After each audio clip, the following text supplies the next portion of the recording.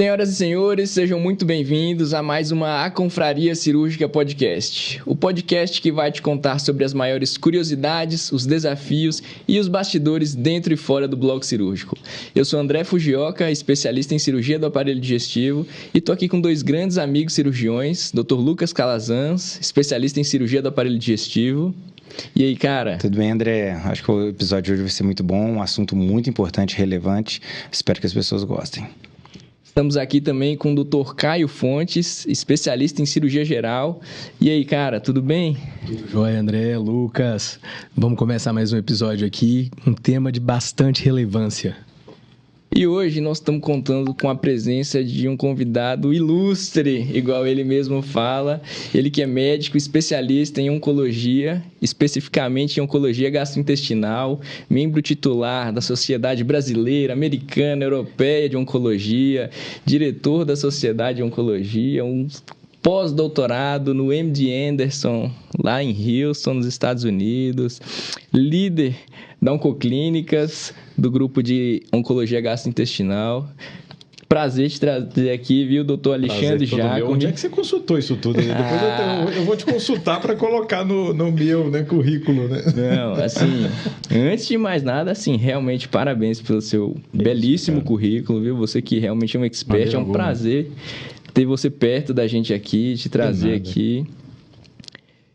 Com certeza desmarcou vários compromissos para estar aqui conosco hoje. Eu tenho absoluta certeza disso. Não, mas com prazer. Não, e parabenizando pela iniciativa, acho super bacana, tanto via podcast mesmo, quanto via YouTube. Eu sou super fã de educação de uma maneira geral, isso até reflete um pouquinho do que eu tenho feito nos últimos anos. Eu acho que a gente começa muita coisa bacana a partir daí, né? Portanto, parabéns mesmo. Super legal. Legal, obrigado. E hoje nós vamos falar sobre um tema muito importante com o Dr. Alexandre, que é tudo que você precisa saber sobre oncologia. Nós temos a proposta de passar aí por vários temas dentro da oncologia, que é a especialidade do Dr. Alexandre. Vale ressaltar que nenhuma das informações que nós passamos por aqui irão substituir uma consulta com um médico especialista. Muito bem. O que nós vamos aproveitar aqui da presença do ilustre Dr. Alexandre Jacome? Alexandre, é uma especialidade muito nobre, uma especialidade que algumas pessoas têm até algum receio de comentar sobre o tema câncer. A palavra ela afeta muito o emocional de algumas pessoas. Mas antes disso, fala pra gente um pouco sobre como que é a formação, como que o médico vira oncologista. Bom, a gente tem até vamos dizer assim, uma certa escassez de dados durante os 6 anos de faculdade. Assim, de certa maneira, não é tão comum assim, ao longo dos 6 anos você ver algum colega manifestando, eu quero fazer oncologia, né? Talvez ali dentro da clínica médica, você começa a ter já brotar o seu interesse ali pelos pacientes com câncer. Se você parar para pensar assim, né, a gente, inclusive na sociedade, a gente tem alguns projetos de tentar tornar obrigatória a disciplina de oncologia dentro das faculdades de medicina, porque ela é uma disciplina optativa, né? Mas a oncologia propriamente dita, depois dos 6 anos de faculdade, depois dos 2 anos de clínica médica, 3 anos de oncologia clínica, né? Então, eu ainda sou da época, não vou falar a idade, mas eu ainda sou da época de 2 anos de oncologia. Foi o que? Em 2009, 2010, que passou para 3 anos. E hoje faz todo sentido. Talvez, como está ficando cada vez mais complexo o manejo do paciente com câncer, o conteúdo da oncologia clínica ficando cada vez mais extenso, hoje eu acho que já faz todo sentido ter realmente 3 anos, né, de formação. No 3º ano, ali no último, portanto, no 11º ano, o oncologista ele vai solidificando e vai se tornando um oncologista mesmo de verdade ali, no último ano de residência, né? Mas a oncologia propriamente dita, ela é tão verticalizada, né, e tão específica que, de fato, é discutível se o médico generalista ele tem que saber detalhes de quimioterapia, ele tem que saber detalhes de estadiamento de um subtipo de linfoma, por exemplo, de um subtipo de câncer de cólon. E talvez, de fato, ele tenha que dominar conceitos mais básicos que podem ser ministrados realmente por outras disciplinas e ele ter um conhecimento mais verticalizado depois que ele entrar dentro da residência, né? Perfeito. O Alexandre, primeiro agradecendo aí mais uma vez, né, a sua presença aqui. E falando um pouquinho mais do lado do consultório do oncologista, queria puxar um pouquinho para esse lado. Como é que o paciente chega até o consultório do oncologista? A gente está falando de câncer, de maneira geral aqui, que é a segunda causa de maior mortalidade, né? Fica só atrás de doenças cardiovasculares. Como é que esse paciente chega até o consultório, não só do Dr. Alexandre, mas dos oncologistas? Qual que é o caminho, normalmente, desse paciente? Olha, eles acabam chegando um pouquinho mais tarde do que a gente gostaria, né? Porque dificilmente alguém fala assim, estou com uma dor, vou ao oncologista, né? É muito difícil isso acontecer. Portanto, a gente acaba sendo procurado quando o diagnóstico já está feito, ou próximo de ser feito ali, quando há uma suspeita bem evidente já do diagnóstico. Portanto, a gente acaba sendo, muitas vezes, um dos últimos médicos a ver o paciente depois, muitas vezes, que ele começou toda a trajetória dele a partir de um sintoma. Por exemplo, ou não necessariamente um sintoma, a partir de um determinado achado. Eu acabei de ver um paciente no consultório, antes de vir para cá, ele fez uma hernioplastia inguinal, e aí fez uma tomografia de abdômen logo depois, quando começou a ter algumas dores depois da tela, e encontrou um nódulo hepático. Então, ele não teve sintoma. Foi a partir de um achado, de um exame. A partir dali, seja através de um achado, seja através de um sintoma, ele procura, normalmente, o médico que está mais na linha de frente de um cuidado básico. Portanto, a clínica médica, a gastro, o cirurgião, eventualmente, ele procura ali o urologista. São especialidades que estão mais ali no primeiro atendimento. A gente acaba não estando no primeiro atendimento, então a gente acaba sendo procurado ali no segundo, terceiro, mais do terceiro para o quarto especialista que vê esse paciente, né? Portanto, seria ótimo a gente ver esse doente um pouquinho antes. Inclusive, essa tem sido também uma das tarefas da sociedade, de tentar disseminar um pouquinho mais a especialidade. Talvez quebrar alguns estigmas também, de barreira com o tempo. Ninguém gosta de falar de câncer. A gente já está numa época em que a gente fala mais abertamente disso, igual a gente está fazendo aqui, né? Os pacientes hoje ali, na faixa etária dos 70, 80, 90, eles têm muita dificuldade de falar sobre o assunto, e isso é muito diferente a abordagem de um paciente idoso, hoje 80 anos de idade, com algum tipo de câncer, com um paciente jovem, 30 anos de idade, 35 anos de idade, que desenvolve a doença, né? O acesso à informação é completamente diferente, né? Isso que você falou da linha de frente, vamos falar assim, do cuidado, né? Do clínico, do gastro, do cirurgião, do urologista. A gente já tem visto algumas instituições que estão pregando, né, e incentivando o oncologista ali na porta, né, no pronto-socorro. A gente tem visto isso, né, acontecendo mais. Você acha que isso é benéfico também nessa questão de, vamos falar assim, captar esse paciente em momentos mais oportunos? Acho válido. Assim, claro, a primeira abordagem, a gente tem até que tomar cuidado, porque talvez isso fosse repercutir um pouquinho até na residência, porque o oncologista, ele é muito, claro, ele vem de uma formação clínica, consequentemente ele sabe abordar aquele paciente do ponto de vista de diagnóstico diferencial. Aparece um nódulo pulmonar, né?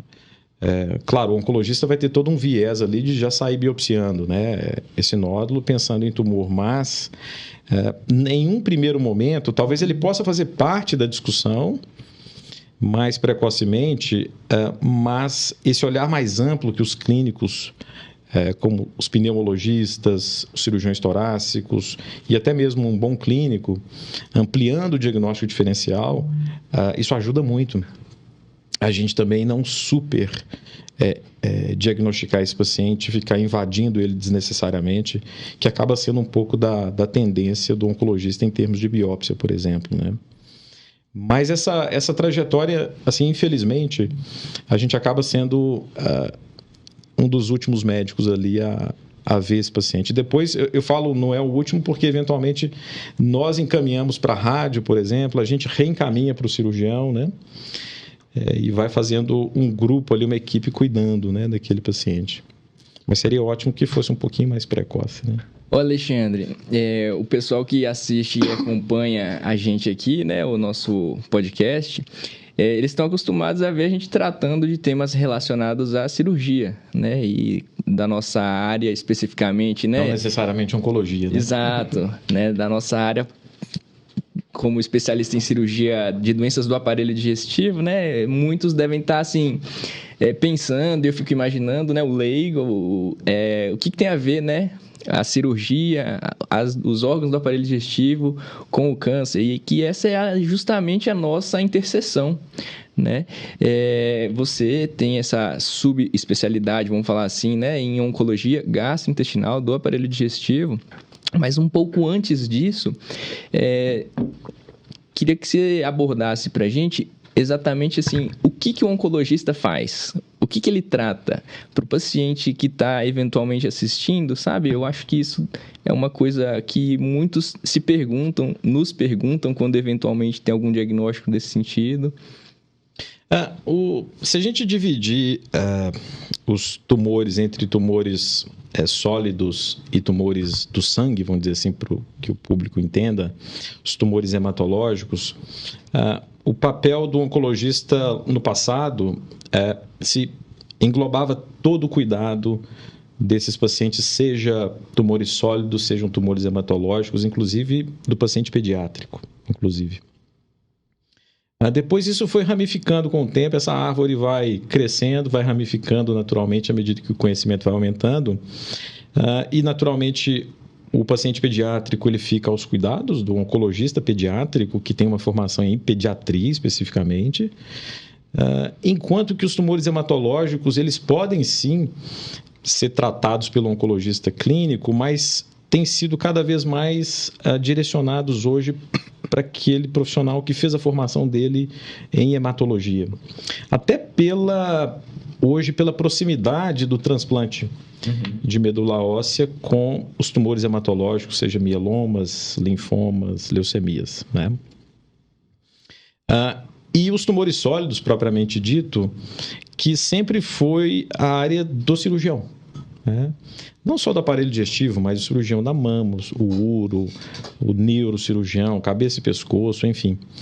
E à medida que o papel da terapia sistêmica, não só químio, foi crescendo dentro dos tumores sólidos, o papel do oncologista dentro dos tumores sólidos foi aumentando também, né? Portanto, o oncologista, quando o assunto é câncer, ele está preparado, nesses 3 anos de residência, depois dos 8 ali que ele passou, a cuidar desse paciente, seja com tumor sólido, seja com tumor hematológico, mas com o passar do tempo a tendência é que ele fique mais dedicado ao tratamento dos tumores sólidos.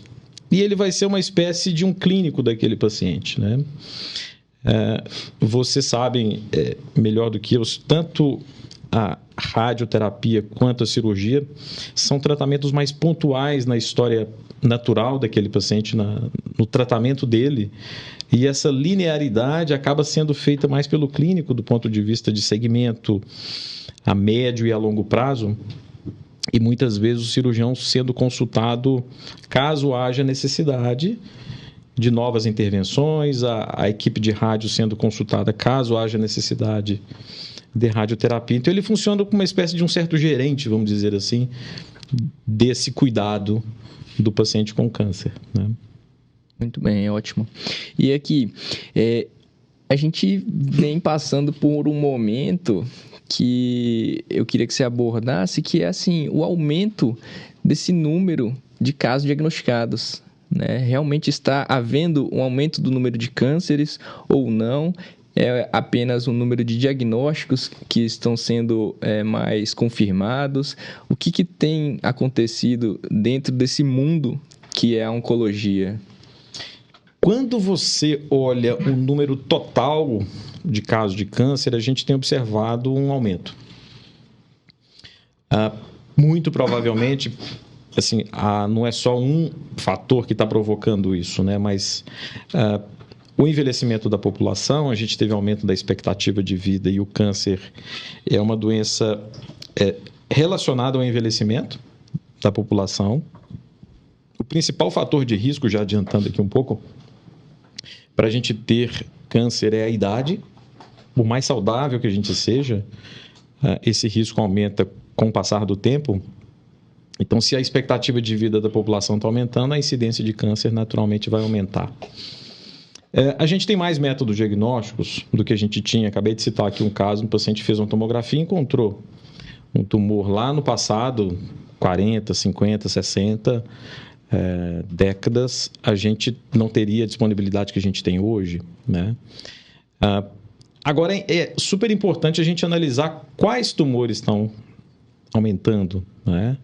Portanto, por exemplo, a gente tem observado uma tendência à queda aos tumores de colo uterino, por exemplo, à medida em que o rastreamento tem ficado mais disseminado já há algum tempo, enquanto a gente está tendo aumento da incidência de outros tipos de tumores, como câncer de cólon, que a gente está observando mais.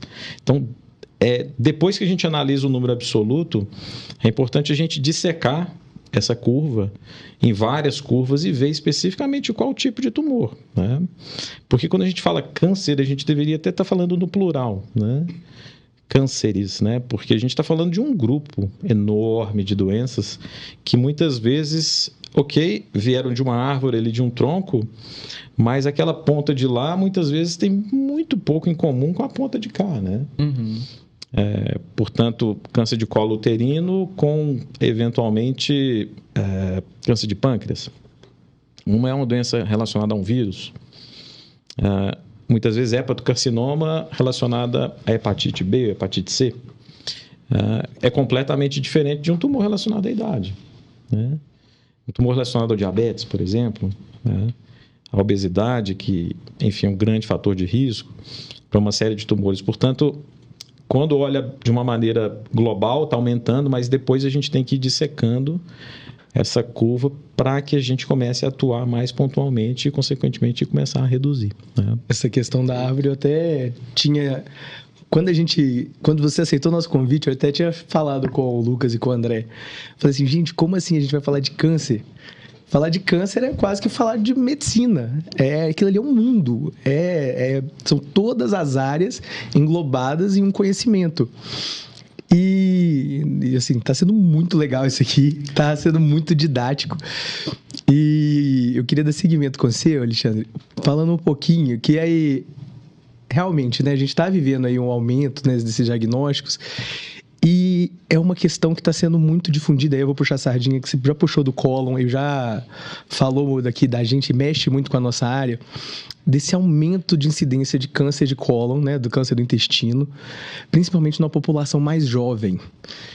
Como é que você, que é um estudioso, e grupos de estudiosos estão vendo isso? Vamos falar assim, qual que é a percepção dessa mudança? Olha, você sabe que isso ainda não está bem documentado Brasil. A gente está até... Uma colega nossa, Thaís, né, está com uma tese dela na UFMG, e tanto eu como a doutora Angélica, a gente está orientando a Thaís com uma tese belíssima, em que a gente está tendo acesso a um banco de dados brasileiro, e a partir daí a gente pretende saber se isso realmente está acontecendo no Brasil, sabe?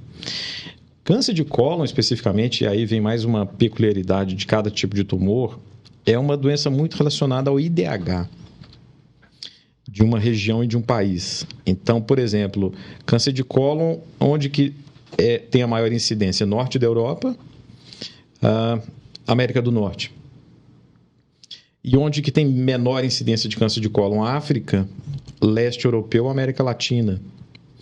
Dentro do Brasil, onde que tem mais? Sul e Sudeste, menos. Norte e Nordeste, menos câncer de cólon. A impressão que a gente tem, olhando inicialmente os dados, é que Brasil, como um todo, ao que tudo indica, a gente está tendo maior incidência ainda na população com mais de 50 anos. Só que, como a gente também atende muitos pacientes com convênio, a gente não sabe se dentro da população de convênio, que é uma população que tem uma epidemiologia diferente, a gente está observando um outro comportamento. Tá? É possível que a gente esteja tendo uma maior incidência em populações com maior IDH e tendo o comportamento antigo do idoso naquelas populações com menor ou com menor IDH. Portanto, é possível que isso esteja acontecendo. A gente espera em breve trazer essa resposta para a literatura. Tem inúmeras hipóteses, isso está muito bem documentado nos Estados Unidos, né? As estatísticas deles são ótimas e tem algumas hipóteses as mais variadas, assim, até disposição intraútero, aumento do obesidade materna, sobrepeso durante a gravidez, alimentação da mãe, uso de antibiótico na infância, mudando microbiota intestinal e já aumentando o fator de risco para doenças do cólon, aumento do consumo de ultraprocessados, sobrepeso, obesidade, sedentarismo, alguns tipos de bebidas relacionadas com maior taxa de açúcar, por exemplo. Isso tudo que eu estou falando, deixar claro que são hipóteses, tá? Assim, pelo amor de Deus, ninguém vai deixar de usar antibiótico. Não é nenhum terrorismo, né? E deixar de mudar a dieta baseada em hipótese, né? Mas não está claro. A gente atualmente vai começar uma parceria. A gente já tem uma parceria formal com a Harvard, através do Dana-Farber, e a gente acabou de assinar um contrato com eles de um projeto em que a gente vai recrutar pacientes com câncer coloretal com menos de 50 anos e vamos estudar esses pacientes geneticamente, não só eles, mas o tumor e também a amostra de microbiota intestinal junto com questionário de qualidade de vida e dieta. Inclusive a dieta, o questionário adaptado para a dieta brasileira, né? Legal. Lá não tinha jabuticaba, por exemplo, né? A gente teve que colocar jabuticaba no questionário, enquanto eles têm muitos berries lá, aqueles diferentes, blackberries, né? e todos os berries deles que a gente não tem. Então a gente teve até que trabalhar vamos dizer assim, a adaptação do questionário para a nossa realidade brasileira, para a gente começar a entender e começar no meio dessas questões todas multifatoriais, que possivelmente são, com câncer coloretal em idade mais jovem, né? Sensacional. Alexandre, uma coisa interessante é que existem em todas as áreas, e na oncologia também não é diferente, muitos mitos. E as pessoas falam de forma muito aleatória sobre isso, eles correm e eles ganham proporção bastante relevante por aí. As pessoas falam muito, por exemplo, sobre desodorante pode causar câncer, ou então, como você falou, algumas coisas muito aleatórias, como igual antibiótico, tem uma possível associação. Amálgama do dente. A gente foi numa palestra recente sobre atualização em oncologia gastrointestinal, foi falado muito sobre a associação de bactérias que moram no nosso intestino de forma silenciosa ou até mesmo imperceptível, que podem estar associadas a isso, mas, ou seja, a gente tem coisas que são verdadeiras, associações possíveis e grandes mitos.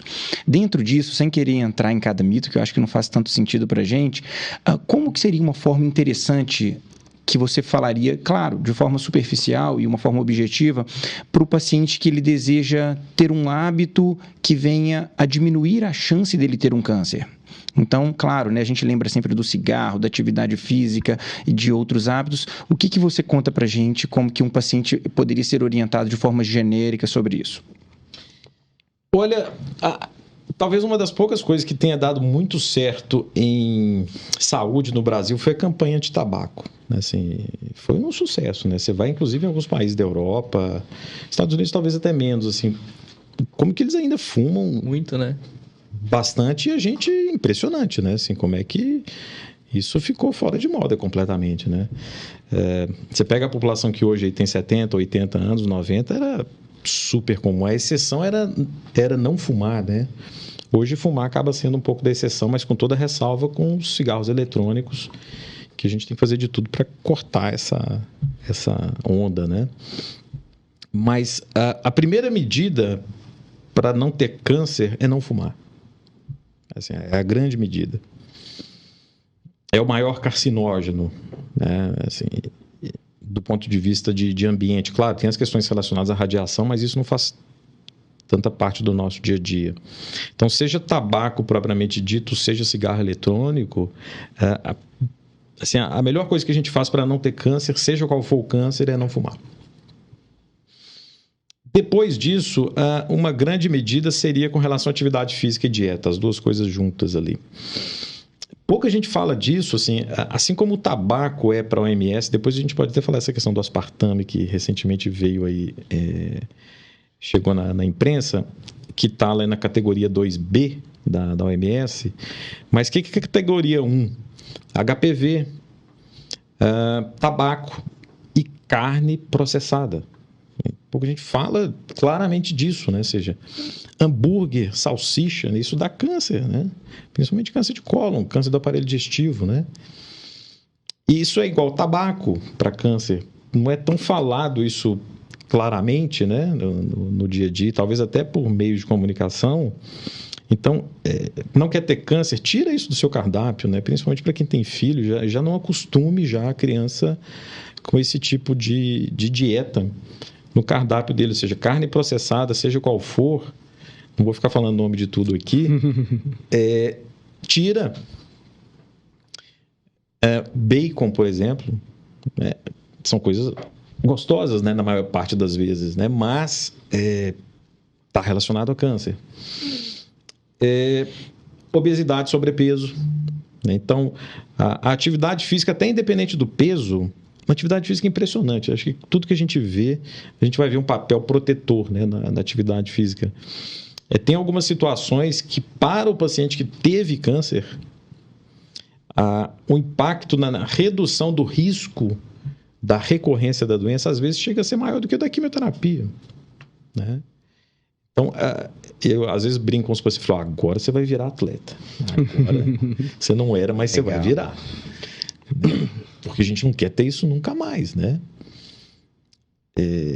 Para que ele comece a incorporar no hábito dele a atividade física, independente do peso, mas também relacionada a peso, né?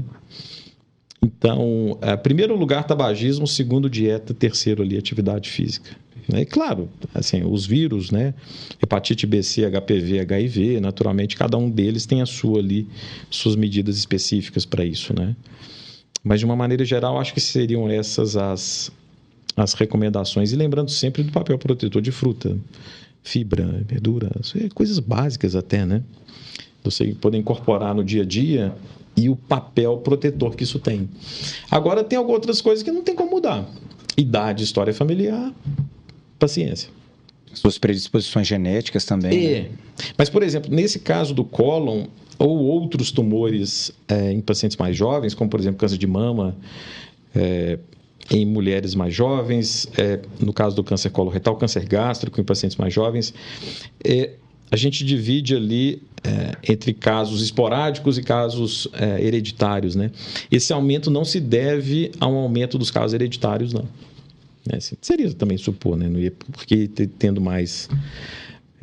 só se começasse a ter mais casamento consanguíneo, né? Igual em algumas populações, mas não é o caso. Então, esse aumento de casos se deve realmente a casos não relacionados à predisposição genética e provavelmente mais relacionados ao ambiente, né? Perfeito. Alexandre, eu vou te apertar agora, sabe? Tô brincando. Na verdade, assim... Café.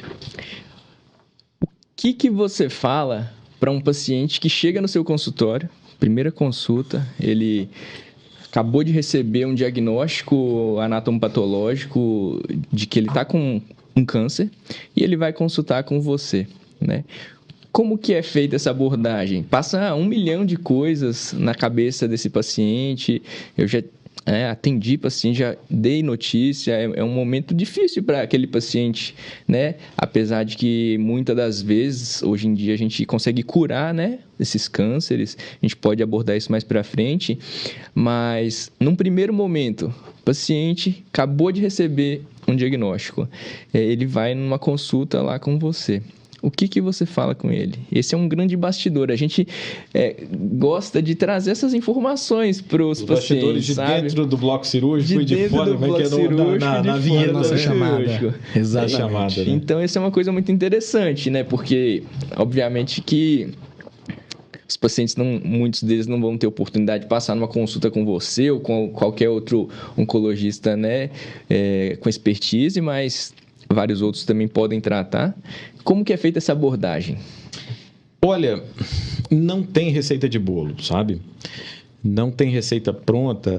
Vocês sabem disso também, claro. A gente talvez seja um daqueles médicos que as pessoas não querem muito consultar com a gente. Eu brinco, é o oncologista e o psiquiatra que geralmente... E o cirurgião também. Ninguém quer operar, não. Também. O plástico a galera gosta. A gente... Oftalmo, vai, né? Olha, o paciente te dá algumas dicas, verbais ou não verbais, de o que ele está, vamos dizer assim, pronto para conversar. Né? Idade, perguntas, estado ali de como é que ele está, que você está percebendo. E a partir do tempo, isso tem muito a ver com experiência, com feeling clínico ali, você vai percebendo até onde a conversa pode ir. E claro, eu acho que assim, o primeiro contato, eu pelo menos entendo dessa maneira, não é um contato para um despejo de informações. Ele não vai captar muita coisa do que a gente está falando. Então, geralmente eu acho que isso é uma coisa para algumas consultas para o telefone, né? Muitas vezes para disponibilidade fora do consultório, né? Que a gente tem que ser disponível, não tem jeito, vai sim ser demandado fora da consulta e é altamente compreensível que o paciente esteja passando por um momento super importante da vida dele. Chega a ser um luto mesmo, né? Depende, às vezes a gente tem até que colocar os pés no chão no sentido de não superestimar o problema, de não supervalorizar o problema, que é mais comum.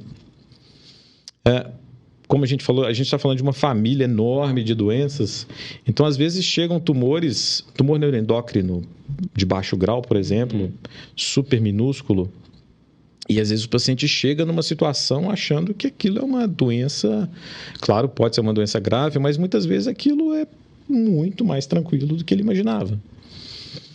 E cabe a gente falar assim, olha, fica mais tranquilo, né? Assim, fica mais tranquilo, não é... E aí cabe a gente conversar com ele o que a gente está falando aqui hoje. Não existe câncer, existem cânceres, existem leucemias super graves que você tem que começar a quimioterapia hoje à noite, amanhã cedo. E tem tumores que a gente pode começar o tratamento, se é que vai precisar de fazer algum tratamento adicional, daqui a algumas semanas, né? E começar a posicionar, né, ele dentro de um universo super amplo que talvez ele esteja achando que ele está numa posição mais ameaçadora do que habitualmente ele está. E tem outras situações que a gente, claro, com muito cuidado, com muita empatia, com muita compreensão, e o paciente dizendo para a gente verbalmente ou não verbalmente o que ele está querendo conversar, e a gente com cuidado vai introduzindo as informações, né? Mas como eu te disse, isso é muito individualizado, sabe? Muito, muito. E a gente tem algumas coisas assim que são talvez básicas, mas isso é uma coisa muito médica que a gente vai fazendo isso ao longo desses 11 anos de formação. Sempre tomar cuidado com a posição que você vai ficar com o paciente, não ficar tão distante quando você for falar, né? Preferencialmente na nossa cultura, ter algum tipo de toque, né? O exame clínico é um momento disso, né? É um momento que se aproxima ali um pouco, toca e faz parte de um ritual médico, né? Em que ele vai sendo examinado e ele vai passando para você tudo aquilo que ele está sentindo, né? E todo esse contato você vai percebendo ali que pessoa é aquela que você está diante.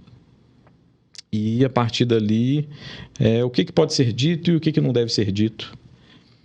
E sempre lembrando que eu falo com os pacientes, existe uma imprevisibilidade com o tratamento que é inerente à vida. A gente não tem muita certeza de nada. Aquilo que é dito como, poxa, é um prognóstico ruim. Eu falei, tá, mas quem sou eu nesse mundo de informações, né?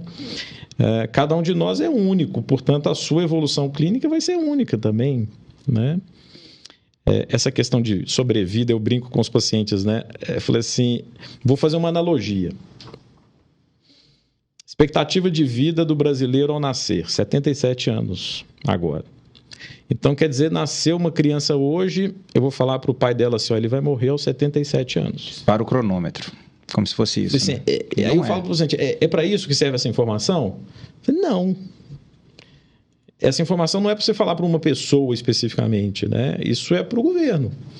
Comparar a política de saúde é um indicador de saúde. E a mesma coisa com as doenças, né? Eu posso ter uma evolução para menor, para maior, eu não sei quem sou eu naquele tanto de informação. Então, eu posiciono ele um pouco nesse sentido também, quando ele quer conversar sobre isso, de que há uma imprevisibilidade que é inerente à vida. Eu estava mesmo outro dia com uma paciente que teve um diagnóstico recente de um câncer possivelmente gástrico, e a gente estava começando a investigar, ela infartou, né, 2 dias depois. E aquilo mudou todo o curso. Quem diria que ela iria infartar? Ninguém imaginava. Isso é uma coisa que eu falo com os pacientes. A gente fica achando que o câncer vai determinar tudo. Não vai. Não. Isso é muito comum em câncer de próstata, apesar de eu ter me dedicado agora exclusivamente à oncologia gastrointestinal. Câncer de próstata frequentemente é o menor dos problemas de saúde do idoso, né? O idoso morre, né, de outra doença, né? E o câncer de próstata muitas vezes não tem problema nenhum na vida dele. Quando a gente acerta muito no convidado, puxando mais um saco aqui do Alexandre, porque eu tinha me planejado para perguntar sobre essa história do prognóstico e sobrevida. Porque quando eu falei que a gente ia receber um oncologista aqui, algumas pessoas viraram e falaram assim, como é que é aquela história de entrar num consultório e falar assim, tem 1 ano de vida, 2 anos de vida. E você acabou de responder tudo que eu tinha para perguntar sem a gente nem fazer a pergunta. Porque existe esse estigma, né, de que a consulta do oncologista, é o que o Lucas falou da analogia aqui, dispara o cronômetro da doença. E não é isso, né? Não é. Assim, certamente, vocês também, claro, a gente já se surpreendeu tanto para menos quanto para mais. Aquele paciente que a gente achava que ia ter um prognóstico excelente e, de repente, não. Acontecem outras coisas e o curso muda. E o oposto também. Portanto, talvez inclusive, essa seja a regra, a gente se surpreender, porque aquilo que vai certamente ali conforme a gente imaginava quase nunca acontece, né? Exatamente. Isso são números estatísticos, né? E que o que a gente propõe, você foi falando, eu fui pensando, e o que a gente propõe nos nossos consultórios e o que a gente passa aqui, transmite para as pessoas é a individualização do tratamento. Claro. Né? Não existe essa coisa que todo mundo é assim, não. A gente individualiza. A consulta é individualizada, o tratamento personalizado e o desfecho também. Sim. Não, mas a gente percebe, assim, vocês também percebem isso, claro, assim, pela idade do paciente, o jeito dele conversar, dele se apresentar, você percebe a linguagem que você já vai perceber com ele ali, do que com o outro, e consequentemente, para onde que a conversa vai, né? E ele vai dando sinais ali do que ele quer conversar, e a gente, um princípio que a gente sempre respeita não fale aquilo que o paciente não perguntou. Não fale aquilo que ele não manifestou interesse de ouvir. Seria um certo desrespeito, né? Assim, você começa a falar um tanto de coisa, mas eu não queria falar sobre esse assunto, né? Agora sim, Alexandre, tem alguns casos que a gente, né, eventualmente o paciente está internado, você dá um diagnóstico ali e é um senhor mais idoso, um paciente com a idade mais avançada, e a família, os filhos, os netos chegam e falam assim: doutor, por favor, não fala que é câncer não, para o meu pai ou para minha avó. O que você pensa a respeito disso? Né? O paciente, ele merece saber que é o diagnóstico, não é? Entra quase que num ponto de vista filosófico, né? Mas tem as duas coisas, se ele merece saber ou se ele precisa saber, e claro, a resposta do Alexandre vai nos ajudar, e se ele quer saber essas coisas todas, né, Alexandre? Olha, eu escuto muito os dois, a família e o doente, porque é o seguinte, a gente conhece muito pouco do paciente comparado com a família, é óbvio. Então, é claro que eu falei assim, tem que ouvir o que eles têm para dizer, porque eles vão saber a maneira mais ou menos dele reagir. Às vezes, a reação do paciente surpreende também, a própria família. E por outro lado, o mais importante é ouvi-lo, talvez até um pouquinho à parte, separado até um pouco da família, né? Mas, em um primeiro momento, a não ser que o paciente, ao longo do tratamento, manifeste vontade realmente, fale o que ele quer conversar, no primeiro momento eu respeito muito isso. Eu falo assim, olha, eu não quero que fale, então, gente, não fala. Então, tudo bem. Mas ali na segunda, terceira, quinta, 15ª conversa, o próprio paciente vai manifestando vontade de saber mais detalhes de alguma situação. Aí, em respeito a ele, tem que ser falado, né? Tem que ser dito o que ele quiser conversar. Mas, no primeiro momento, eu sigo a família. Né?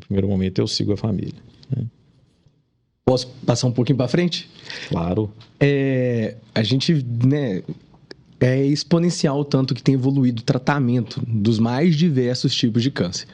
A gente, como cirurgião, numa ponta ali, né, no tratamento cirúrgico oncológico, e a gente tem visto, né, sobrevida, sucesso em tratamentos.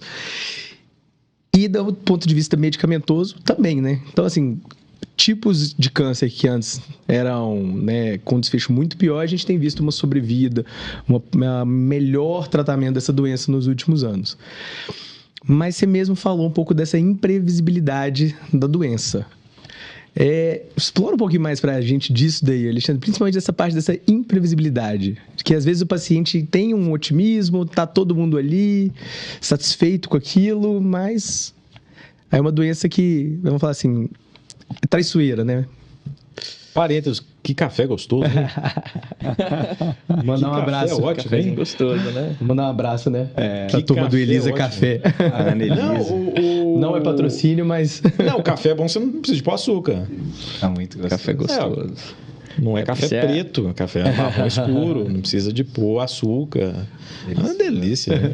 Fala com o pessoal da Oncoclínicas lá, patrocinar um deles. Exatamente, é outra coisa, né? Colocar na garrafa. Outra coisa. Olha,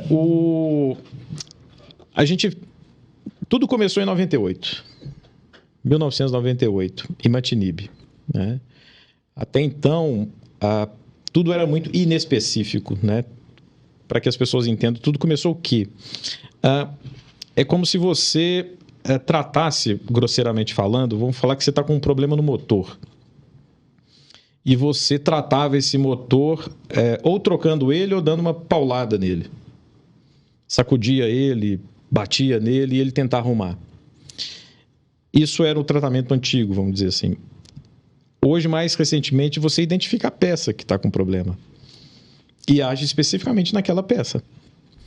E de maneira que você preserva mais o todo, vai especificamente no problema-chave e você conserta, ou pelo menos ameniza o problema de uma maneira bem localizada, de uma maneira bem específica, né? Fazendo essa analogia. O que era a quimioterapia e o que é a terapia-alvo e imunoterapia. A quimioterapia continua sendo importante, mas o grande responsável pelos desfechos mais modernos do tratamento, sem dúvida alguma, foi a gente identificar o que está acontecendo de errado. Por exemplo, a gente falou aqui da árvore, né? E essa árvore continua ramificando, então não tem o câncer de mama mais, né, para gente. O câncer de pulmão, o câncer de cólon, o câncer de próstata. Qual o câncer de mama? Qual o câncer de cólon? Qual o câncer de próstata? E a partir daí, a gente começou a perceber que existem subgrupos ali que têm anormalidades próprias e que não devem ser tratados igual aquele outro paciente que tem outras anormalidades. Então, a gente começou a tratar... Antes, a gente tratava todo mundo de maneira igual. E acho que qualquer coisa que você faz na vida dessa maneira, o desfecho não vai ser legal, né? Quando você começa a reconhecer individualidades e peculiaridades, os desfechos começam a melhorar. E foi isso muito que aconteceu. Então, imatinib em 98, depois ali rituximab, trastuzumab, e agora a gente só ouviu falar em nibs e mabs, né? A gente praticamente não vê surgimento mais de quimioterápico propriamente dito.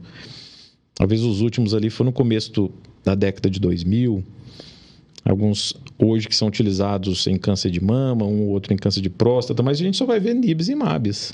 Isso está acontecendo com a gastro, com a reumato, com a neuro, da mesma maneira. Doenças benignas, né? Exatamente, com doenças benignas, ou seja... Doença de Crohn, etc. Que as pessoas entendam, você tem uma proteína anormal, seja na neuro, na reumato, na onco, e você vai com anticorpo, que é um Y, e vai inibe aquela proteína, ou estimula uma outra a partir dali.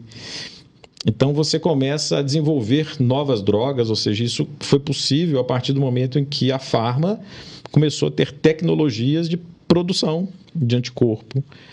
E depois, dali dos projetos Genoma Humano, em que você conseguiu sequenciar as células, o DNA, de uma maneira muito rápida, fazer isso assim, em dias, né? Em horas ali, você sequencia o DNA de uma pessoa. E você vê isso hoje dentro do tumor, e a gente reconhece as anormalidades daquele tumor, e algumas anormalidades são tratáveis. E a gente ter drogas específicas para isso. Isso é chamado de medicina de precisão, como um todo. É você tratar o paciente certo, com o remédio certo, no momento certo. Isso vai acontecer com várias especialidades médicas, né? Por exemplo, na época do Marevan, né? Tinha pacientes, vocês lembram das reações que tinha com o Marevan. Tinha paciente que ia por RN, ficava super anticoagulado, tinha paciente que não anticoagulava. A gente não dosava polimorfismo de enzima. Pessoal, o senhor tem uma anormalidade do polimorfismo de uma enzima, eu vou passar para o senhor uma dose diferente do que a gente vai passar para quem não tem. Isso seria medicina de precisão, ou seja, você adaptar o tratamento conforme o background genético de cada um, né?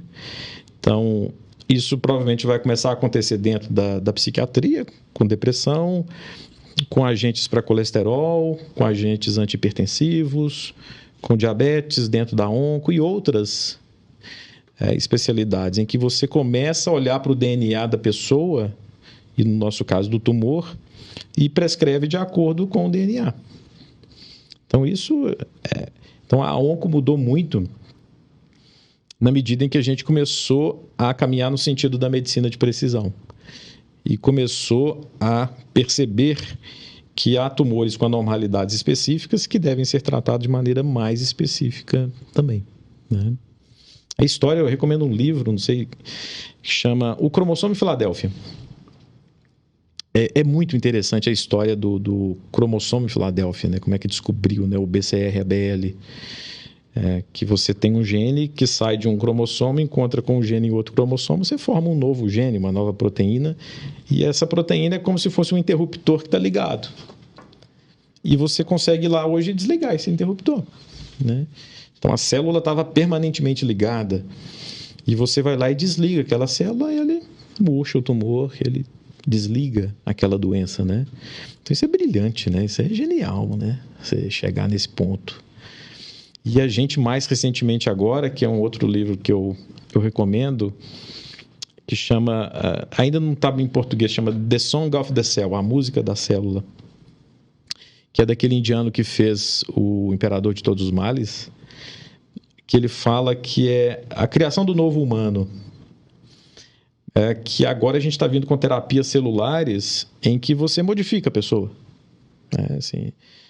Em parte do que é feito no transplante, né? E o que vai começar a ser feito com CAR T-cell também. Ou seja, o que é CAR T-cell, para quem não conhece? Eu retiro células de defesa daquele paciente, lembrando que nada é mais específico no organismo do que uma resposta imune. Você pega um anticorpo que é feito para fragmentos ali de uma proteína, que é o epitopo, né? Você está produzindo um anticorpo para poucos aminoácidos ali. Então, você retira linfócitos a partir dali, leva para o laboratório. No laboratório, você introduz genes nesse linfócito, produz novos receptores na superfície desse linfócito e injeta de novo na pessoa. Parece coisa de ficção científica, né? Assim, mas isso não, já está na prática clínica. Nós já fizemos o primeiro aqui em Belo Horizonte, né? Tem algumas semanas.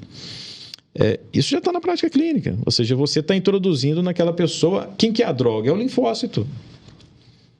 A célula é a droga, é o remédio. Dela mesmo, né? Dela mesmo, só que modificado. Isso é genial, né? O que vai vir, por exemplo, com o CRISPR, que é uma maneira de você editar o gene.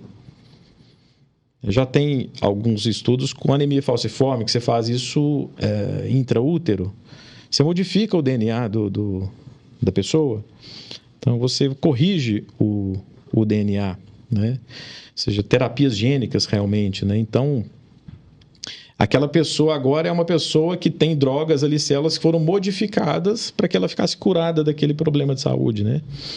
E eu acho que, provavelmente, na minha modesta opinião, esse vai ser a grande vertente ali de século XXI, assim. Vão ser as terapias celulares no tratamento dos tumores sólidos, né? É o famoso geneticamente modificado. O famoso né? geneticamente modificado. Né? Em animais já utiliza-se, né? Você pega genes bons de um gado aqui, outro ali. Você faz um super gado, né? Isso vai vir com um custo muito alto, sim, mas isso é curativo. Sim. É diferente, às vezes, quando você pega tratamentos extremamente caros que visam controle. Tá, ótimo, tudo bem. É uma visão. Mas, quando você fala em tratamentos extremamente caros, porém curativos mesmo, assim, acabou. Né? Aí é um outro impacto. É legal escutar você falando dessa modernidade que a gente está chegando e usando a palavra cura. Isso é muito legal de ouvir. Exato. Assim, eu falo com os pacientes assim, a gente está em 2023, mas o imaginário das pessoas quando o assunto é câncer está lá na década de 80. Verdade. Assim, o conceito que as pessoas têm hoje de câncer ainda é o conceito da década de 80. Mas porque foi muito traumático. Assim, o estigma foi muito forte. Eu falo com o paciente, às vezes, em algumas consultas, falo, eu vou tentar adivinhar seu pensamento. Você deve estar pensando em 3 coisas. Que seu cabelo vai cair, que você vai vomitar muito e que o tratamento talvez não seja um tratamento tão bom assim que não valha muito a pena. Eu falei assim, frequentemente, o seu cabelo não vai cair, você não vai vomitar mais e o tratamento é extremamente eficaz. Assim, vamos começar a quebrar alguns estigmas que estão lá do passado, mas é óbvio. Ficaram numa novela famosa. Por isso que é bacana a gente fazer isso, né? Assim, você começar a informar as pessoas. Perfeitamente. Né? É o grande foco nosso Exato, aqui. porque assim, você começar a quebrar alguns estigmas que ficaram com o tempo e que só trazem sofrimento. Você pega, como eu disse, um tumor neuroendócrino de baixo grau. Ele vai chegar no consultório achando que ele vai cair cabelo. O nome também, né, desse especificamente. Estou com uma paciente atualmente com esse diagnóstico. Ela fala tumor neuroendócrino. Tumor. É um nome, nesse caso, eu já tive um paciente, quando eu trabalhava em Barretos, que ele e a família inteira chegaram de cabeça raspada e ele não ia cair cabelo. E ele chegou de cabeça raspada para consulta e a família, em solidariedade, também chegou e falou: vocês cortaram o cabelo desnecessariamente. Porque você vai fazer um tratamento, mas o seu cabelo não vai cair. Você vê o que é estigma, né? É um estigma muito grande. E a gente vai entrar numa outra realidade em que a gente vai sim falar de cura em doença metastática, sim. Isso. A gente brinca, né, quando a gente opera, muitas das vezes, né, não só doença maligna, mas benigna, a gente fala assim, ó, tá curado, né, e realmente para a doença oncológica, câncer, né, tá caminhando para a cura verdadeira, mesmo, né? Sim, eu acho, assim, modesta opinião, né, dificilmente a gente vai ter cura para tudo, né? Outra coisa que eu falo para os pacientes, só tem 2 grupos de doença que tem cura. Falei, eu já olhei todas dos nossos tratados, né? Falei, as infecções e as neoplasias. Porque o resto tem tratamento, não tem cura. Falei, qualquer doença cardíaca que você imaginar, tirando a endocardite. Hipertensão, né? Que é infecciosa, né? Que é infecciosa. Diabetes. Qualquer doença da endócrino. Você controla Da bem. nefro. Reumato. Da reumato. Todas têm tratamento. Cura. As doenças psiquiátricas. As doenças psiquiátricas. Falei assim, cura, infecção e neoplasia, né? Que tem cura de fato. Sim. Mesmo, né? Mas dificilmente a gente vai chegar num ponto de falar, puxa, 100%. Não, acho que não, né? Dificilmente. Porque se a gente parar para pensar, o mesmo mecanismo que produz a vida produz o câncer. Que são mutações genéticas, ou seja, não tem jeito de não ter. Tem alguns estudos super interessantes, mas muito interessante, de algumas vacinas que você, contra alguns antígenos que surgem no comecinho do tumor. Ou seja, você nem ia saber que você desenvolveu o câncer, porque ele já foi eliminado rapidinho. Isso é genial, né? Ou seja, você nem desenvolve, porque rapidinho o nosso sistema imunológico foi lá e destruiu. Você não está desenvolvendo o câncer, né? Tá, mas dificilmente a gente vai chegar num ponto que você vai eliminar essa doença. Dificilmente. Talvez seja até um pouco imaturo pensar assim, do ponto de vista científico, entendeu? Você, poxa, igual o próprio MD Anderson, que eu fui estudar lá, end cancer, tá lá, câncer grifado. A gente quer eliminar a doença. Eliminar a doença? Puxa, mas o mesmo mecanismo que produz ela é o mesmo mecanismo que produz a vida. Como é que tem jeito? Eu não duvido de muita coisa lá no futuro, né? Talvez a gente não vai ver, mas essas questões relacionadas realmente à ação do sistema imunológico na doença são surpreendentes, né? A gente tem hoje esse papel do oncologista e dos tratamentos modernos, que eu vi uma expressão muito interessante, que não é nada peculiar de uma pessoa, mas um oncologista falando sobre a cronificação do câncer de pulmão, ou seja, ele transforma aquela doença que era extremamente fulminante ou de um desfecho pior, muito rápido, transforma aquilo numa doença crônica em que o tratamento vai acontecendo ao longo de anos. Com o paciente, ele tem aquela doença controlada, freada e muitas vezes o fim de vida dele não se deve ao câncer, ou quando vai se dever ao câncer, muitos anos depois.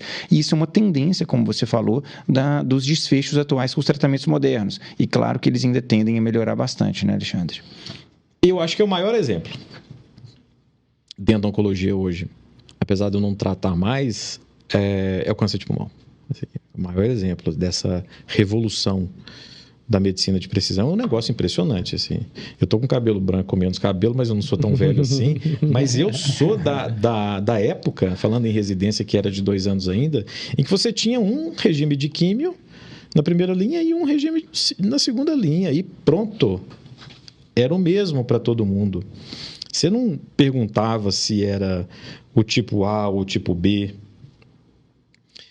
Puxa, hoje você tem N regimes de tratamento, os mais variados possíveis. Em câncer de cólon, que é a minha principal área, são 26 regimes de tratamento na primeira linha. 26 opções que você pode combinar das mais variadas formas de acordo com a característica do seu paciente. Vai a arte ali de você saber o remédio certo na dose certa para o paciente certo.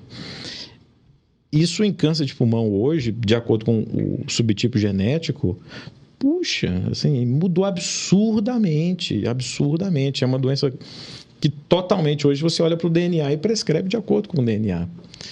É o maior exemplo hoje. Mais do que qualquer tumor gastrointestinal, mama, melanoma, que foi uma grande revolução. Muito, o maior exemplo de medicina de precisão em oncologia hoje é câncer de pulmão. É bem mais favorável, absurdamente... Claro, tem alguns tipos que são super resistentes, mas são doenças hoje absolutamente crônicas. Absolutamente crônicas, né? Eu falo com um paciente que muitas vezes fala assim, olha, não tem doença melhor que a outra. assim, mas câncer é terrível. Eu falei, depende, mas infarto é melhor? AVC é melhor? Alzheimer é melhor? Eu falei assim, a pior doença é a minha. É a sua, é a minha. É aquela que te afeta, que te incomoda, porque... Falei assim, mas câncer é muito ruim. Falei, não é melhor nem pior do que... Não tem doença boa. Quantos pacientes com diabetes a gente vê amputado, com deficiência visual? O que é melhor? Fazer químio ou fazer diálise e ficar cego? Isso aí? Não tem uma balança para isso. Depende. Um trauma raquimedular alto. Depende. Portanto, não tem doença boa, não. Fala com ele assim. Tem alguns ali... Pessoas que cismam, tem um problema que cismam de estudar isso, que gosta de trabalhar com isso, mas não tem coisa boa em problema de saúde bom. Não tem, né? Verdade. Voltando aqui só um segundinho aqui nessa questão da oncologia e da cura, Alexandre. O que você considera um paciente curado atualmente? Quando você vai lá no seu consultório, que você passa todo esse ciclo que nós passamos aqui, desde o diagnóstico, as fases, né, que o paciente vive, da aceitação, né, do, entre aspas, luto da doença. O que você conversa com ele quando fala de cura? Olha, um outro ponto que é importante a gente falar, essa questão de mitos e estigmas, essa história dos 5 anos, assim. Não tem isso, né? Você com 4 anos, 364 dias está sob risco, com 5 anos e 2 dias está livre do risco. Não, né? Isso eu falo, o tempo está do nosso lado. Parafraseando o Rolling Stones, né? Time is on my side. O tempo está do nosso lado. Assim, quanto mais tempo se passar, melhor. Esse risco fica cada vez menor. E de maneira que, passado alguns anos, a probabilidade de a gente ter uma recorrência da doença é muito, muito, muito, muito rara. A gente vê recorrências super tardias? Vê. Aquilo é um segundo primário, é uma recorrência do anterior. Muitas vezes fica essa discussão, que às vezes não tem tanto impacto prático, mas é cada vez mais raro isso. Então, muitas vezes, à medida que a gente vai espaçando os acompanhamentos para 12 meses, eventualmente depois 18, ele já vai ficando um outro momento, né, da consulta, e essa sensação de cura, ela vai ficando cada vez mais real, e com o passar do tempo, fala assim, passou. Bem. Alexandre, a gente falou muito sobre a questão do tratamento atual, das perspectivas futuras, das coisas que vêm como tecnologia dentro da oncologia. Mas trazendo agora para os dias de hoje, dentro da sua especialidade, que é a oncologia gastrointestinal, e correlacionando com a nossa, que é a cirurgia do aparelho digestivo, qual que é a situação hoje em relação à necessidade da cirurgia nos tumores do aparelho digestivo? E também o que você imagina que vai ser isso no futuro? Olha, ainda, talvez seja dentro da oncologia como um todo, junto talvez ali, claro, com sarcomas, mas que o papel da cirurgia é absolutamente crucial, né, no tratamento curativo do paciente. Ainda, e acredito que em alguns casos, por muitos anos e séculos, vai continuar sendo o tratamento primordial. Existem algumas situações, como a gente vê com alguns casos de câncer de reto, na questão do watch and wait, ou seja, você fazer um tratamento não cirúrgico, alguns casos de esôfago, canal anal já se tornou o padrão, você fazer rádio e químio e frequentemente não operar. Mas isso vai depender muito do desenvolvimento terapêutico das neoplasias como um todo, né? Por exemplo, hoje a questão da imunoterapia para instabilidade de microsatélites, para que pessoas entendam o que a gente está falando desse palavrão chamado instabilidade de microsatélites. Da NASA, né? Isso é uma anormalidade molecular. Então, esses pacientes respondem maravilhosamente bem à imuno, e a gente está vendo cada vez mais estudos na literatura em que os tumores estão sumindo. Sumindo mesmo. Assim, Sem cirurgia. Sem cirurgia. Perfeito. E, claro, a gente ainda tem um segmento ainda muito curto desses pacientes. Tá, tudo bem, às vezes ele some, mas some por quanto tempo? Isso que a gente estava falando agora. Estou curado ou não estou? Então ainda está verde para a gente falar em tratamento não cirúrgico desses casos, mas pode ser que no futuro a gente esteja colocando isso como mais uma opção. Imagina aquele senhor de 85 anos, 90 anos de idade, com um tumor gástrico que tenha essa alteração. E você faça a imuno e ele some. E, poxa, será que ele sumiu lá mesmo no tecido? Ou só sumiu nos exames? Só vou saber disso operando. O tratamento padrão ainda é operar, mas ele tem 92 anos de idade. Talvez esse paciente a gente vai observar. Enquanto que aquele jovem a gente vai operar para trazer a cura definitiva para ele. Portanto, pode ser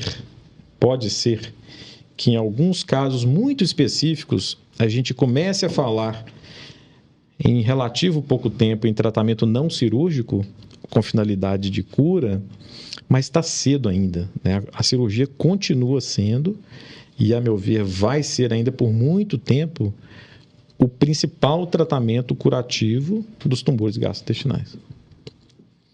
Ótimo. Bem. O que mais, gente? Sem puxar a sardinha para Puxando a confraria cirúrgica. Eu tenho um tema que é levemente polêmico, um pouco que entra na problemática até financeira, sabe? Que você quiser responder para a gente. Então, hoje uma pessoa que vai contratar um plano de saúde. Então, ela mora aqui em Belo Horizonte e ela vai contratar. Ela não recebe isso da empresa, ela vai contratar para ela e para a família dela. Tem diferença entre os planos de saúde? Claro que a gente não quer falar o nome de nenhuma bandeira e tudo, mas entre os planos de saúde, vamos falar de uma prateleira de cima, a do meio e a de baixo, em relação ao acesso que o paciente vai ter na hora que ele mais precisar, que é a hora que ele vai estar doente, não é na hora que ele vier operar de vesícula conosco, ou operar uma hérnia com o cirurgião que o convênio dele é o único que ele autoriza, por exemplo. Quero dizer assim, na hora que ele tiver uma doença complicada, um câncer, o convênio de saúde dele vai fazer diferença no acesso que ele vai ter aos tipos de tratamento que hoje estão disponíveis, ou isso é igual para todo mundo? Olha, foi ótimo você ter falado disso. Nenhum constrangimento.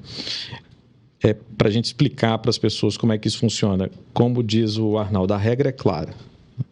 Hoje a regra é clara. São a Agência Nacional de Saúde Suplementar, que ela gerencia o funcionamento dos planos de saúde no Brasil, determina. E determina o quê? Determina que os tratamentos aprovados pela Anvisa devem ser oferecidos para os pacientes. Então, hoje, os planos, quando a gente solicita um tratamento, a gente estava falando aqui de Carticel, por exemplo, até há poucos minutos. Eu quero fazer um Carticel para câncer de pâncreas. Eu vou solicitar isso para o convênio. Claro, viu, gente? Isso não existe. Mas eu vou solicitar isso para o convênio. O convênio vai falar assim, está aprovado pela Anvisa? Vai ver, não. Então, não tem cobertura. Simples assim. E qual que é o respaldo na literatura para isso? De um estudo muito pequeno, muito frágil. Pronto. Mais um motivo para a gente não discutir. Portanto, aquilo que está aprovado pela Anvisa é coberto. Aquilo que não está aprovado pela Anvisa não é coberto. Pronto. Assim, simples assim, né? Então, não há muita discussão com relação a isso quando você estabelece regras. Então, a ANS estabelece regras para os planos de saúde e essas regras são universais. Se o paciente acha que não está tendo a cobertura adequada, ele pode procurar a ANS e questionar. Mas isso está hoje muito bem definido. Então, talvez haja algum tipo de diferença do ponto de vista de hotelaria, do ponto de vista de acesso ao hospital A ou hospital B. Agora, do ponto de vista técnico propriamente dito, as regras estão definidas, né, por agências regulatórias brasileiras, né? Então, felizmente, a gente não vê tanto problema quando o assunto é saúde suplementar, se é A ou B, o tratamento, para a gente, ele tem que estar aprovado no Brasil. Acho que a gente poderia ficar o dia inteiro aqui conversando, né? Mas acho que a gente conseguiu passar por várias áreas, Alexandre. Vamos para as menções finais. Está chegando ao fim mais uma Confraria Cirúrgica Podcast. Se você gostou de participar conosco, curte, compartilha. É um prazer ter você aqui conosco.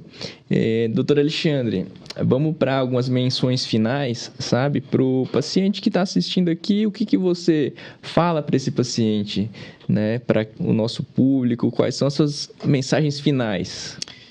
Primeiro, obrigado pelo convite. Adorei participar. Ótimo conversa, ótimo bate-papo. Vocês estão de parabéns pela iniciativa.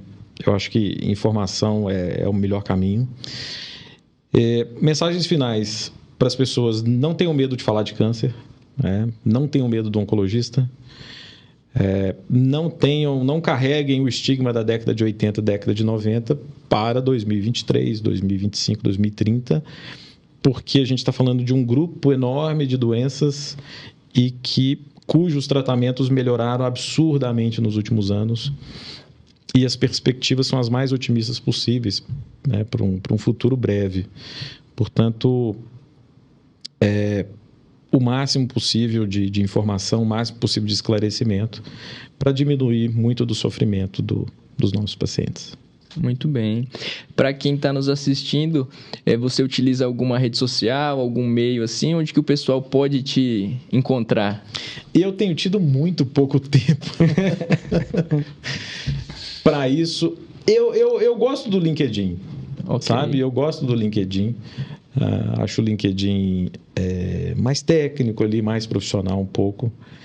A gente tem, enfim, claro, a informação super importante, mas a gente está falando de saúde, né, de vida, enfim, isso às vezes, né, em algumas plataformas, isso às vezes é um pouco distorcido, né? Perfeitamente. Mas tem o meu Twitter, tem o meu Instagram. Twitter é um outro interessante, que agora mudou de nome para XX. Mas talvez aquele que eu mais frequento é o LinkedIn. Muito bem. Doutor Lucas, suas mensagens finais para quem está nos assistindo. Foi um bate-papo muito bom com o doutor Alexandre, né? Além da toda a expertise e a simpatia dele, um tema muito relevante, eu acho que vai agregar muito para as pessoas que assistirem esse episódio. E o que eu acho muito legal que a gente conversou é essa questão dos medos que o paciente tem de falar sobre câncer, ou quando ele tem um diagnóstico, ou quando algum médico vai ou ele mesmo pergunta e algum médico vai de forma inadequada, já rotula aquele diagnóstico como uma perspectiva de 6 meses de vida e tudo mais, coisas que hoje são muito inadequadas porque o tratamento mudou muito. Então, é muito importante estar sempre em equipes especializadas nesse momento, buscar médicos de confiança, serviços de referência para o paciente conseguir ser bem acolhido, devidamente tratado e que tenha o prognóstico que vai ser dele e não daquele diagnóstico e não daquele resultado de exame que vai definir muitas coisas. Então, acredito que é um tema muito amplo, difícil da gente falar sobre uma doença só, né? Chamar o câncer de uma doença só, como o doutor Alexandre colocou muito bem. E os pacientes podem me achar nas minhas redes sociais, Lucas Calazans, Gastrocirurgia, estou à disposição para contato, esclarecimentos e agendamento de consulta. E aí, doutor Caio, suas mensagens finais? Alexandre, primeiro, assim, agradecer imensamente você ter tirado um tempinho do seu dia para vir aqui. A gente sabe o tanto que é corrido. Já deixo aqui, acho que em nome do grupo, estamos de porta aberta para você voltar, falar de temas um pouco mais específicos, entrar um pouquinho em outros méritos, que foi, assim, até muito curto pro que a gente tinha para conversar aqui.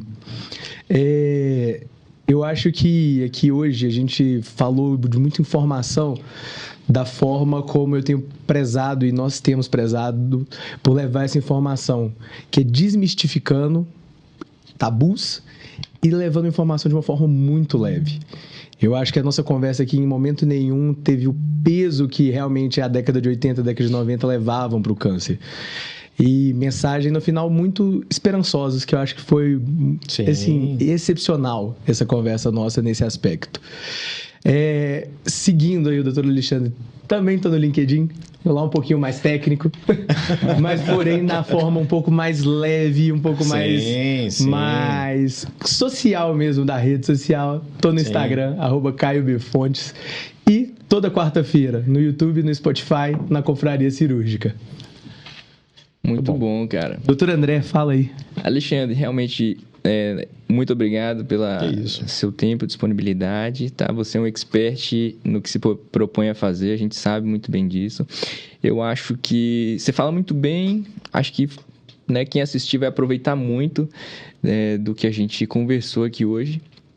Para quem está vendo, eu acho que tem que saber que o câncer não é igual à morte, né? Quem tem câncer não vai morrer, muito pelo contrário, nós abordamos muito bem aqui das novas perspectivas que são muito otimistas, né? A gente falou muitas vezes na palavra cura e eu acho que isso daí tudo é de verdade, né? A gente só tem a ganhar com esses novos tratamentos e perspectivas, não é mesmo? Para os pacientes, quem está assistindo, a gente fica lá no @AndréFujioka no Instagram. Eu acho que por hoje é isso. Tchau, até logo, um abraço. Até logo. Obrigado. Muito bom, viu, Alexandre?